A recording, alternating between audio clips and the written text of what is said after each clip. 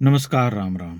2-3 दिनों पहले मैंने एक वीडियो बनाया था जिसमें कि अमेरिकी उपराष्ट्रपति जेडी वांस के द्वारा उनकी भारतीय मूल की हिंदू पत्नी को ईसाई बनाए जाने की बात का उद्घाटन किया था कि वो चाहते हैं कि वो उनकी पत्नी जो है ईसाई हो जाए। और उनके साथ-साथ मैंने जेमिमा रोड्रिग्स जो भारतीय महिला क्रिकेट टीम की एक सदस्य हैं, जिनके सेंचुरी मारने पर सेमीफाइनल में अखबारों के द्वारा 3 दिन तक लगातार उनकी प्रशस्ति वाचन किए जाने वाली खबर को उठाया था और यह भी लिखा था कि भारतीय खिलाड़ियों के साथ कभी अन्य खिलाड़ियों के साथ ऐसा नहीं हुआ है।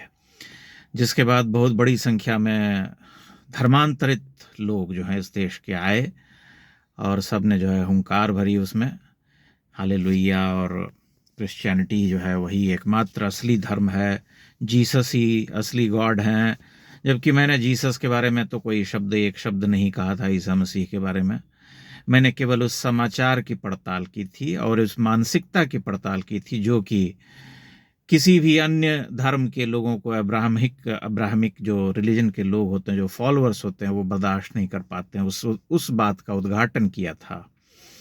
लेकिन उसमें बहुत सारी टिप्पणियां आई और बहुत सारी टिप्पणियां भारतीय समाज के उन लोगों की थी जो कि अपने आप को सेक्युलर कहते हैं या धर्मांतरित हो चुके हैं। क्योंकि मैं एक एक व्यक्ति को जानता नहीं, लेकिन उनकी टिप्पणियों से यही पता चला कि वे सभी धर्मांतरित लोग हैं। और उन्होंने जो है क्या कमाल की टिप्पणियां लिखी कि Jesus is the only true God, Christianity असली धर्म है, यही है, वो है, सेवा है, ये है, वो है। अब मैं आप सभी लोगों से पूछना चाहता हूं कि क्या मुझे यह बताना पड़ेगा कि क्रिश्चियनिटी और पूरे जो अब्राहमिक जो रिलीजन है दुनिया में वो कैसे फैले हैं?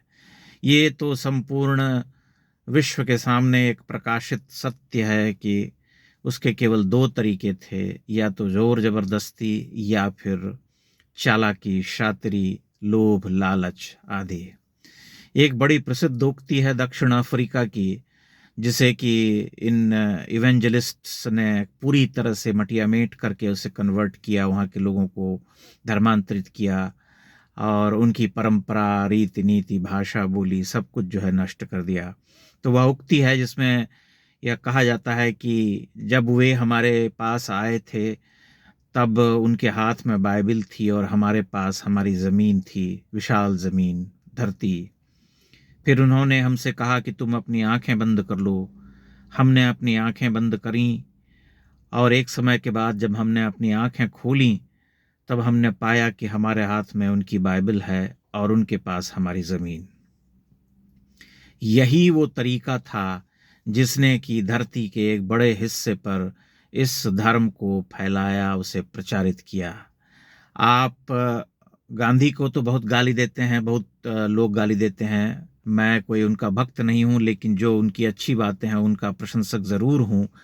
तो गांधी का एक संस्मरण है कि स्पेन का एक इवेंजलिस्ट क्रेजेंस्की उनसे मिलने आया था और उसने आधे घंटे तक उनसे बातचीत की और बार बार ये जोर दे करके कहता रहा कि the only true religion is Christianity. तो गांधी जी ने कहा कि ऐसा तो कोई और भी कह सकता है, एक हिंदू भी कह सकता है या कोई अन्य धर्मावलंबी कह सकता है कि उसका ही धर्म जो है एकमात्र सच्चा धर्म है। लेकिन बहुत देर तक बातचीत करने के बाद जब गांधी ने कहा कि अच्छा, अभी अगर मैं तुमसे यह कहूँ कि मैं तुम्हारे धर्म को स्वीकार कर लूँगा तो तुम मुझे क्या कहोगे, तुम्हारी क्या विचारधारा होगी मेरे बारे में? तो उसकी आंखें चमक उठी क्रेजेंस्की की। उसने कहा कि अभी आप अगर ईसाई धर्म स्वीकार कर लेते हैं तो मैं आपको सेंट फ्रांसिस का दर्जा दे दूंगा।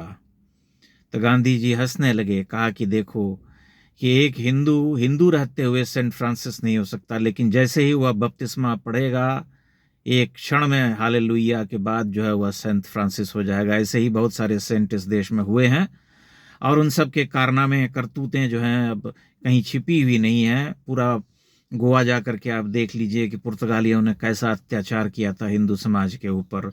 ऐसी नृशंसता की पढ़ करके रूह कांप उठे आदमी की।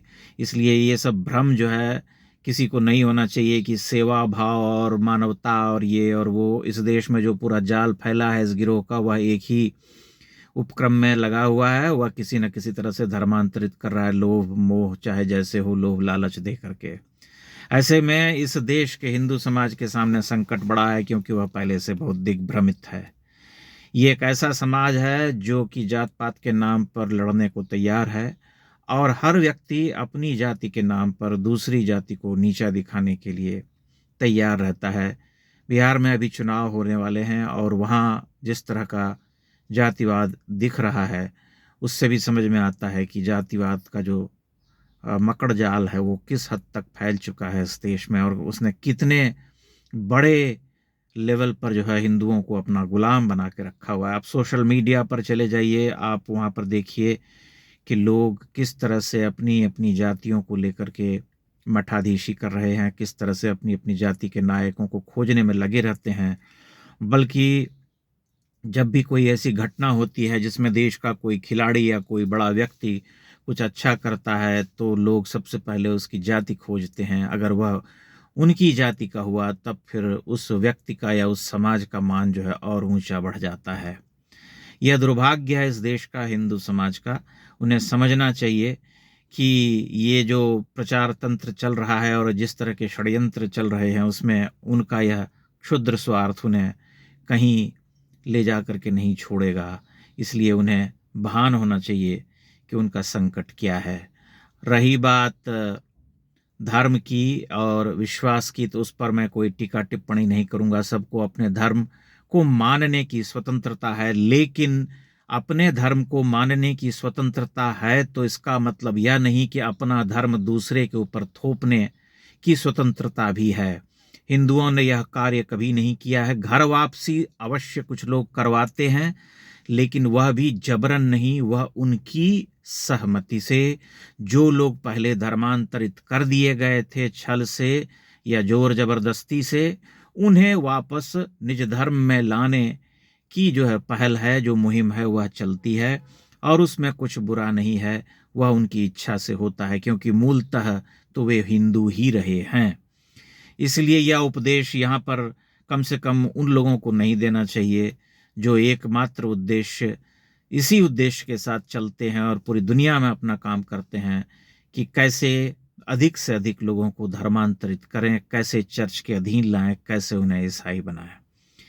बाकी सारी चीज़ें चलती रहेंगी, और जिन लोगों ने किसी खिलाड़ी विशेष की प्रशस्ति में 3 दिन तक अखबार रंगा, उन्हें अब अगले 4 दिन तक भी जो है महिला क्रिकेट टीम पर लेख लिखना चाहिए, और उन सभी खिलाड़ियों पर लिखना चाहिए जिन्होंने, जो प्लेयर ऑफ द टूर्नामेंट रहे या जिन्होंने बहुत अच्छा प्रदर्शन किया। लेकिन ऐसा कुछ होने वाला नहीं है, क्योंकि इन पत्रकारों की रग रग से मैं वाकिफ हूँ, मैं जानता हूँ।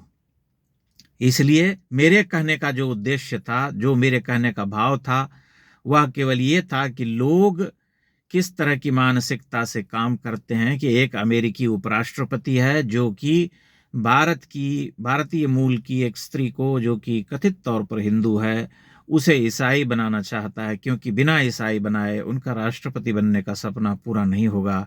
वही भारत एक ऐसा देश है जहां इस तरह की कोई बाध्यता नहीं होती है।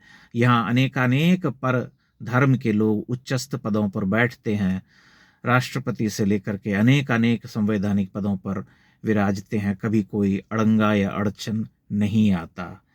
तो इस देश के लोगों को सोचना चाहिए कि कौन सा धर्म श्रेयस्कर है और किस धर्म ने हजारों वर्ष तक इस धरती को मनुष्यता का पाठ पढ़ाया है। बहुत बहुत धन्यवाद।